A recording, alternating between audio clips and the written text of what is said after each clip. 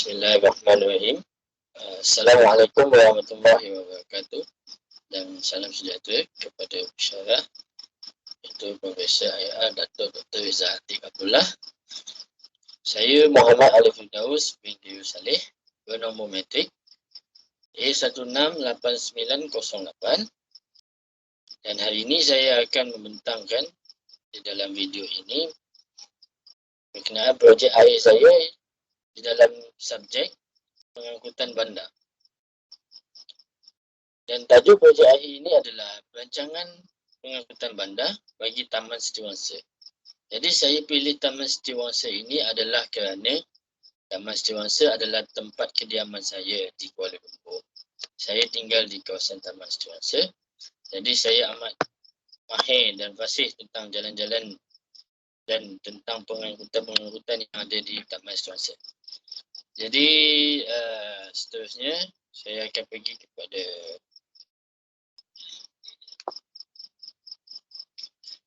ini adalah tugasan yang diberikan.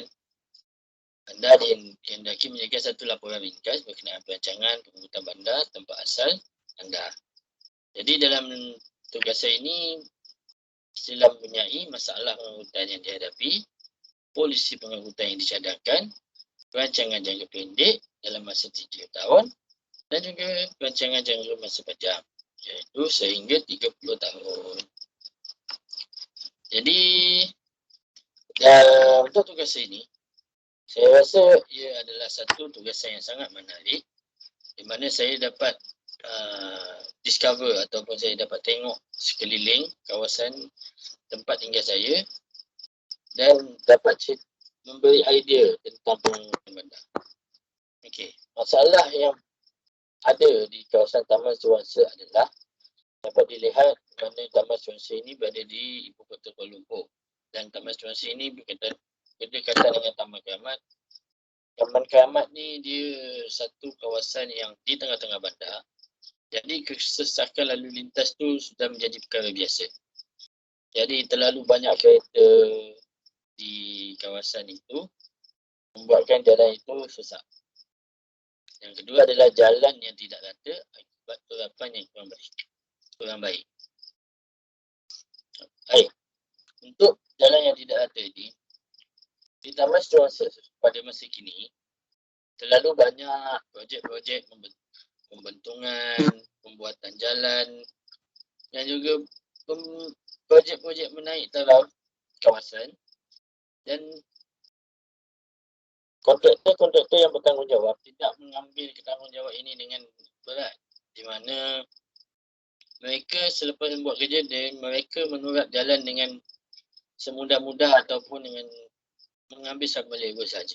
Jadi itu adalah satu masalah yang sangat tidak baik dan juga menyusahkan pengguna jalan raya dan penduduk di situ. Baik, seterusnya adalah tiada kemudahan basikal dan kemudahan berjalan kaki yang sangat berat. Jadi di sini kita dapat lihat bila kesesakan lalu lintas terlalu tinggi, jadi jalan itu sudah menjadi terlalu pack ataupun dalam bahasa mudahnya terlalu sesak. Jadi ruang-ruang untuk dibuat jalan kaki ni tak ada. Bila tak ada, dia akan menyusahkan dan juga membahayakan orang yang jalan kaki di mana mereka terpaksa jalan di atas jalan raya dan mempunyai risiko untuk dilanggar oleh kenderaan seperti kereta, motor maupun yang besar, bas ataupun lori. Dia amat bahaya kerana ia boleh merenggut nyawa. Jadi seterusnya masalah yang ada adalah kadar penggunaan kenderaan sendiri yang tinggi dan kadar kemalangan jaya yang semakin meningkat. Jadi bila banyak orang naik kereta, kenderaan, mereka banyak potensi kemalangan jalan raya yang akan jadi. Baik. Okey, ini adalah cadangan polisi pengangkutan yang saya dapat. Saya boleh bincangkan kat sini dan memberi idea bahawa yang pertama menggunakan teknologi terkini untuk menguruskan lalu lintas agar mengurangkan kesesakan. Yang kedua, membuat terapan baru yang menyeluruh di mana jika mahu membuat terapan, turaplah sepenuhnya semua jalan. Jangan kita turap seolah-olah macam nak tampal tanah liat saja. Okay, yang ketiga adalah membekalkan kemudahan pengangkutan kepada semua golongan masyarakat termasuk warga tua, orang upaya dan juga pendapatan rendah. Kemudian menggalakkan perkongsian kereta iaitu carpool di mana kita boleh share. Nak pergi satu tempat, kita ajak ataupun kita naik satu kereta dengan kawan-kawan kita kerana kita boleh jimatkan wang dan juga kita boleh share duit, lebih jimatkan duit. Dan yang terakhir adalah idea saya adalah menyediakan pengangkutan yang lestari, selamat dan selesa kepada penumpang. Baiklah, seterusnya adalah cadangan untuk jangka masa pendek. Okey, cadangan saya adalah yang pertama, meningkatkan kadar parking di tempat-tempat yang boleh dicapai dengan pengangkutan awam. Jadi bila tempat-tempat parking di tempat pengangkutan awam ni seperti di LRT station, di stesen bas, banyak tempat parking, jadi orang akan mula rasa nak naik ataupun nak gunakan kemudahan itu kerana mereka mudah untuk parking kenderaan-kenderaan mereka dan naik pengangkutan awam. Seterusnya, menyediakan bas rapid transit yang mencapai pelbagai taman kediaman dengan kadar tambah yang rendah. Ini adalah satu idea yang bagus kerana ini bila kita ada pengangkutan awam yang lengkap, yang menyeluruh, jadi orang akan berfikir untuk naik kenderaan awam, pengangkutan awam kerana bagi mereka itu lebih berbaloi daripada orang keluarkan kereta dan bazir minyak dan penat. Baik diorang naik bas, kalau korang kena bayar RM50 ke RM1 ke, tapi boleh pergi 1 KL, mesti diorang nak naik kan. Okay. Yang ketiga ialah menyediakan penerangan lalu lintas di kawasan perumahan, sekolah dan persimpangan yang sibuk.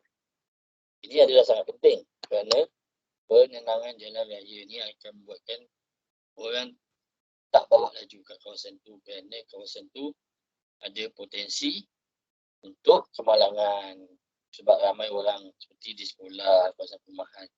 Budak-budak banyak kan ada yang bermain. Kalau taman sekolah tu tiba-tiba ada budak melintas. Kalau tak budak pun ataupun haiwan, kereta melintas.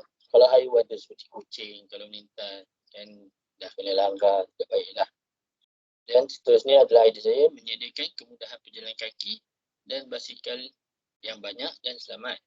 Ini adalah sangat baik kerana orang di bandar kadang inginkan beadah pada petang hari. Mereka mahukan nak naik basikal. Mereka nak naik basikal tapi tak ada jalan untuk bawa basikal. Jadi diorang bawa kat tengah jalan. Itu akan meningkatkan risiko untuk kemalangan. Dan kemalangan basikal boleh bawa maut. Kerana kadar keselamatan kalau bawa basikal ni lebih rendah daripada bawa motosikal sebab dia tak ada segi keselamatan sangat. Dan sangat bahaya. Okay. Ini adalah contoh-contoh yang kita boleh ambil. Bus rapid transit ini adalah laluan yang sedia ada di Kuala Lumpur iaitu Rapid KL. Ini banyak stesen tapi boleh ditambah lagi ke kawasan-kawasan yang di ceruk ataupun pedalaman di kawasan KL. Tidak semestinya di kawasan Kuala Lumpur tapi tak ada kawasan pedalaman. Ini adalah sebenarnya berjaya yang dapat kita dapat lihat di muka jalan khas untuk basikal, punya jalan khas untuk berjalan kaki. Jadi mudah untuk orang awam nak jalan kaki, nak bawa basikal kat taman-taman ataupun kat jalan. Ini adalah contoh menyediakan penerangan lalu lintas. Jadi bila macam ni orang akan alert, orang akan nampak kat situ, oh sini jangan bawa laju, bahaya ni. Tu ada budak melintas siapa kan. Okay, ini adalah tempat parkir. Okay, kalau kita buat tempat parkir yang besar-besar macam kat pasar raya kan, sudah tentu orang nak gunakan pengangkutan awam. Sebab diorang boleh parking kereta diorang banyak. Lepas tu kadar parking pun dia rendah kan. Okay, jadi mudah. Diorang rasa berbaloi lah.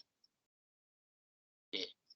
Untuk cadangan masa panjang pula, membina sistem laluan lingkaran bertingkat, membina lebih banyak stesen pengangkutan awam dan pasangan alat-alat sistem pengangkutan pintar. Okey. Ini adalah contoh jalan lingkaran. Di Kuala Lumpur memang banyak jalan lingkaran. Tapi agak menyesakkan buat masa ini. Kemudian ada sistem yang baik membuat jalan lingkaran yang memudah, lebih mudahkan orang dan bukan semata-mata untuk keuntungan. Dan bila di banyak lagi stesen pengangkutan awam seperti di Kuala Lumpur, banyak stesen pengangkutan bawah sekali tapi tidak banyak sangat stesen bas yang baik. Kerana di tempat-tempat yang pedalaman, saya dapat lihat seperti di kawasan rumah saya sendiri, ada tempat yang dia perlukan, orang perlukan bas tapi perlu jalan kaki ke stesen bas. Dan yang terakhir pula adalah pemasangan alat sistem pengangkutan pintar intelijen transport system seperti di Korea, di mana sistem ini akan monitor ataupun dia akan pantau pergerakan kenderaan di dalam bandar. Itu saja daripada saya. Sekian, terima kasih. Assalamualaikum.